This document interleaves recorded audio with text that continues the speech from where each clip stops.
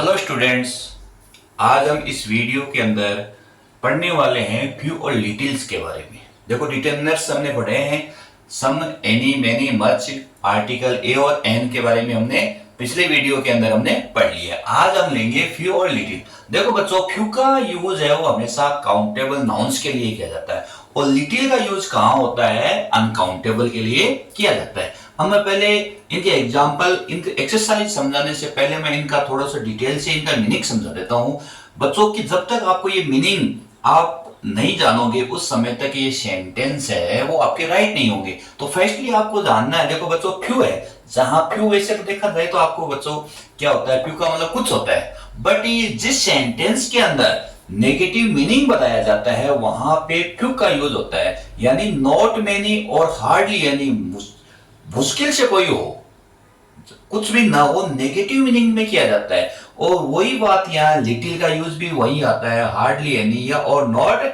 Much. उस condition में किसका यूज होता है? लिटिल। बट कंडीशन यही है कि फ्यू काउंटेबल है और लिटिल है वो अनकाउंटेबल। ए फ्यू और ए लिटिल का यूज वहां होता है जहां पर उस सेंटेंस के अंदर थोड़ी बहुत है वो पॉसिबिलिटी हो। उस कंडीशन में किसका यूज किया जाता है? सम और, यहां नहीं, सॉरी, ए फ्यू और ए लिटिल। द फ्यू और द लिटिल का यूज कहां होता है? Not many but all there are, यानी ज्यादा नहीं हो परंतु जितने भी हैं वो पूरे के पूरे हो। उस कंडीशन में वहां पर द फ्यू और द लिटिल का यूज किया जाता है। हम इनको क्या करेंगे? एग्जाम्पल के द्वारा है वो अच्छे से स्टडी करेंगे और एग्जाम्पल से हमें पता लगेगा कि कहां पर हमें लिटिल का यूज होगा, कहां पे फ्यू का यूज होगा। अब आगे की नेक्स्ट बात हमें इंपॉर्टेंट याद रखनी है कि जो फ्यू, ए फ्यू या द फ्यू का यूज हमेशा प्लूरल वर्ब के लिए किया जाएगा और प्लूरल नाउन्स के साथ में होगा, जबकि लिटिल, ए लिटिल और द लिटिल का यूज है वो सिंगुलर वर्ब और सिंगुलर नाउन के साथ में ही इनका यूज किया जाएगा। अब देखो, इनका क्या है कि हम एग्जाम्पल एक्सरसाइज के द्वारा है हम उनको अच्छे से समझेंगे कि कहां पर फ्यू का यूज होता है, कहां पे लिटिल का यूज होता है। ठीक है, चलो हम एग्जाम्पल से लेते हैं, इनकी एक्सरसाइज देखते हैं कि कहां पर इनका यूज होता है और कैसे इनका यूज किया जाता है। देखो बच्चों, अब हम एग्जाम्पल से इनको समझते हैं कि कहां पर लिटिल का यूज होगा, कहां पर फ्यू का यूज होगा। देखो, यानी फ्यू और लिटिल का यूज करने के लिए हमें जो सेंटेंस दिए गए हैं उनके मीनिंग्स को हमें समझना है और जब तक आप मीनिंग नहीं समझोगे ना तो आप लिटिल और फ्यू का यूज कर ही नहीं सकते। क्लियर? अब देखो, पहला sentence, he is very poor, वह बहुत गरीब है। ही हैज रुपीज, जब कोई बच्चा या कोई व्यक्ति गरीब होगा तो उसके पास में क्या होंगे? रुपए ज्यादा थोड़े होंगे, कम होंगे, नेगेटिव होंगे, न के बराबर होंगे। और रुपीज, बच्चों मैंने आपके बता रखा है कि रुपीज क्या होता है? काउंटेबल के लिए आता है। क्लियर? और मनी होता है वो किसके लिए आता है? अनकाउंटेबल के लिए। तो यहां रुपीज है तो उस रुपीज काउंटेबल है, सेंटेंस है वो नेगेटिव मीनिंग बता रहा है, इसलिए किसका यूज हो गया? यहां पे फ्यू का use. Clear? He is very poor, he has few rupees, यानी उसके पास में कुछ ही रुपीज नहीं है, नेगेटिव के बराबर है, न के बराबर है। Women can keep a secret। अब देखो, यहां जो औरतें हैं, क्या जो अपने जो सीक्रेट्स हैं वो अपने पास रख सकती है? नहीं रख सकती। चाहे कैसी भी औरत हो, वो अपने सीक्रेट्स है अपने पास में नहीं रख सकती। अपने फ्रेंड्स को शेयर करेंगे या अपने रिलेटिव्स को या अपने मदर को, फादर को, कुछ भी बात हो जाए कहे बिना नहीं रह सकते, उनके पेट में बिल्कुल भी हजम नहीं होगा। तो यहां पर क्या होगा? इस सेंटेंस में क्या होगा? ऐसा तो है नहीं कि ए फ्यू है, कुछ ही औरतें हैं जो क्या है? सीक्रेट रखती है, नहीं, नेगेटिव होता है। इस कंडीशन में यहां किसका यूज हो गया? फ्यू का यूज हो गया। क्लियर? यानी नेगेटिव के बराबर होता है। हो सकता है कि एक एक्सेप्शन के रूप में 1-2% हो जाए तो नेगेटिव के रूप में आते हैं। फिर देखो, persons were invited to tea, अब व्यक्ति को क्या क्या चाय पे निमंत्रण दिए गए, हर व्यक्ति के लिए नहीं होता है ना। अब हमारे जैसे मान लो कि मैं आपको ये कहूं कि क्लास के अंदर यानी 20 स्टूडेंट्स हैं, तो हम ऐसा नहीं कह सकते कि हर स्टूडेंट्स है वो हमारे लिए फ्रेंड है, और ऐसा भी नहीं है कि हर जो पूरी क्लास है वो मेरे लिए क्या है, इन्हें भी नहीं है। तो कुछ पॉसिबिलिटी है इस सेंटेंस के अंदर होता है। तो पर्सन्स है वो किसके लिए आता है, काउंटेबल के लिए, और यहां किसका हो गया, ए फ्यू। क्लियर। अब देखो, father gives me rupees as pocket money. अब देखो, फादर ने मेरे को क्या किया, एक पॉकेट मनी के रूप में कुछ पैसे दिए। मान लो कि पिताजी के फादर के पास में पॉकेट के अंदर 2000 रुपीज थे। अब ऐसा नहीं है कि आपने आप पॉकेट मनी के लिए मांगे कि give me some rupees to for pocket money, तो फादर ऐसा तो कहेगा नहीं कि पूरे 200 रुपीज दे देगा, नहीं, कुछ न कुछ अपने जेब में भी रखेगा। तो यहां क्या बता रहा है, कुछ न कुछ पॉसिबिलिटी बता रहा है, और जब आप मांगेंगे, फादर से मांगेंगे, तो निश्चित रूप से वो कुछ न कुछ आपको देंगे। तो यहां किसका हो गया, ए फ्यू का यूज। क्यों, रुपीज क्या है, काउंटेबल है। He has friends so he often feels lonely. उसके फ्रेंड है इसलिए अक्सर क्या करता है, वह लोनली महसूस करता है। अकेला महसूस कब करेगा बच्चों, जब उसके फ्रेंड्स नहीं है, और यहां फ्रेंड्स क्या है, काउंटेबल है। क्लियर। तो काउंटेबल के लिए यहां किसका यूज हो गया, few. It means we can say he has no friends, उसके कोई फ्रेंड्स नहीं है, इसलिए यहां किसका यूज हो गया, फ्यू का use. Clear. Students enter the exams got first division. अब मान लो कि not many but all there are, यानी इसका मीनिंग ये होता है कि ज्यादा नहीं बट सभी।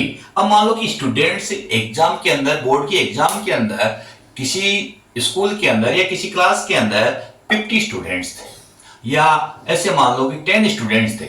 अब 10 स्टूडेंट्स ने एग्जाम दी, उन सभी स्टूडेंट्स के क्या आ गए, फर्स्ट डिवीजन। तो कितने हो गए, ऑल आर आ गए ना, सभी हो गए, और स्टूडेंट्स क्या है, काउंटेबल है। इस कंडीशन में किसका यूज हो गया, फ्यू का यूज। फ्यू का यूज तो हुआ, बट उससे पहले किसका यूज होगा, दैट फ्यू होगा। क्यों, जितने भी विद्यार्थी थे उन सब के क्या आ गए, फर्स्ट डिवीजन आ गए।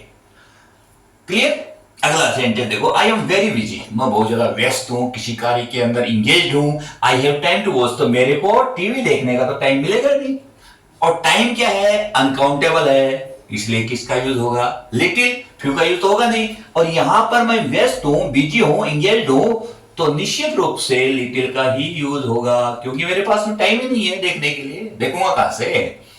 Knowledge is a dangerous thing. देखो बच्चों, नॉलेज डेंजरस कब होता है, जब अधूरा ज्ञान हो। यदि किसी के पास में पूरी इंफॉर्मेशन नहीं होती है, तो उसको घर वालों से भी डांट पड़ती है। यदि मान लो ऐसी इंफॉर्मेशन आपको किसी रिलेटिव से रिलेटेड हो, आप घर वालों को बताएं, तो आपको डांट मिलती है। पूरी इंफॉर्मेशन होनी चाहिए। या किसी टॉपिक के बारे में यदि टीचर ने आपको पढ़ा दिया, आधा चैप्टर पढ़ा दिया, और आधे के बारे में नहीं है, और आपने कहा लर्न है मुझे, और उसके बारे में क्वेश्चन पुटअप करेंगे, नहीं आता है, तो फिर मार भी तो पड़ती है। तो कहने का मतलब है कि नॉलेज है, किसी भी यदि टॉपिक के बारे में लेना है, तो या तो न हो, मान लो कि इलिटरेट पर्सन है, उसको कुछ नहीं आता, इलिटरेट पर्सन है, तो इस इलिटरेट पर्सन के कारण उसको कोई पूछेगा नहीं, भाई इसके बारे में, इस बच्चे को टॉपिक्स के बारे में आता ही नहीं, क्या पूछेगा। और या कहे कि मेरे को इस टॉपिक के बारे में है, वो पूरा नॉलेज है, तो यदि उससे कुछ क्वेश्चन भी पुटअप किया जाए तो वो तुरंत रिस्पॉन्स देगा। बट जो लिटिल नॉलेज होता है, अधूरा ज्ञान होता है, वो सबसे ज्यादा खतरनाक होता है। न तो वह घर का होता है, न घाट का होता है। तो हम यहाँ नॉलेज क्या है, अनकाउंटेबल है, इसलिए किसका यूज किया, a little. A little knowledge is a dangerous things.